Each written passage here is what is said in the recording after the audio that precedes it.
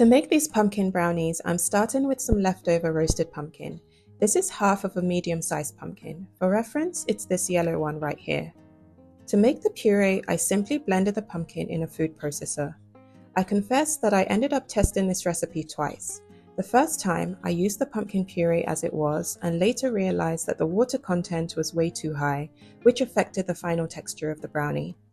In my second attempt, I cooked down the puree over medium heat for about 15 to 20 minutes, stirring regularly until some of the water had evaporated and I was left with a much more concentrated puree. This produced better results. The ingredients in the description below reflect the successful version of this recipe. In the end, I had 280 grams of this concentrated pumpkin puree to work with. Place the puree into a large mixing bowl. Then the next ingredient is 100 grams of nut butter.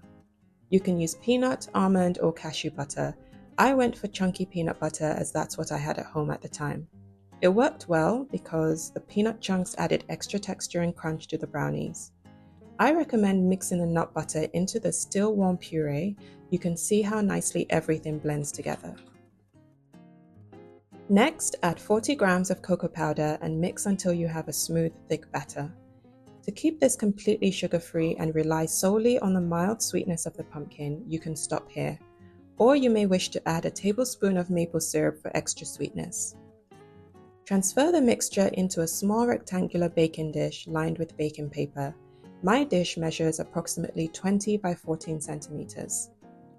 Smooth out the top with a spoon or spatula, then pop it in a preheated oven at 180 degrees Celsius for 15 minutes. Once it's ready, it should feel firm when you touch it. Leave it to cool completely before cutting and serving. The texture is soft and fudgy, and then you get some crunch from the chunky peanuts.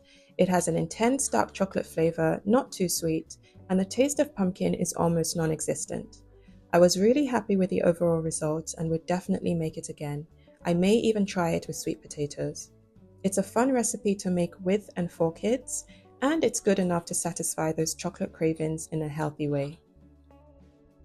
With my first attempt, because the batter had too much liquid from the pumpkins, I ended up freezing the brownies, and it still tasted great, but it was more like a chocolate ice cream bar than a fudgy brownie. So I highly recommend going through the extra step of cooking down the pumpkin puree first. I hope you enjoyed this video. Let me know if this is something you would try. Thanks for watching. Be sure to subscribe because I post a new video every week, and I will catch you next time. Bye!